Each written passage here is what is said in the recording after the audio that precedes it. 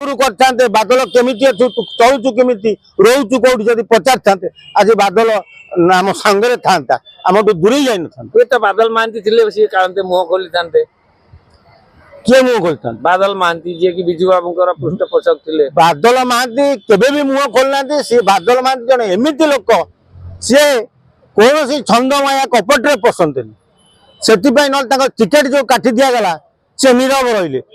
टिके भी स्वर उत्तोलन कले कहीं मो टिकेट काटल पचारे से जड़े अमायक लोक थे जहाँ को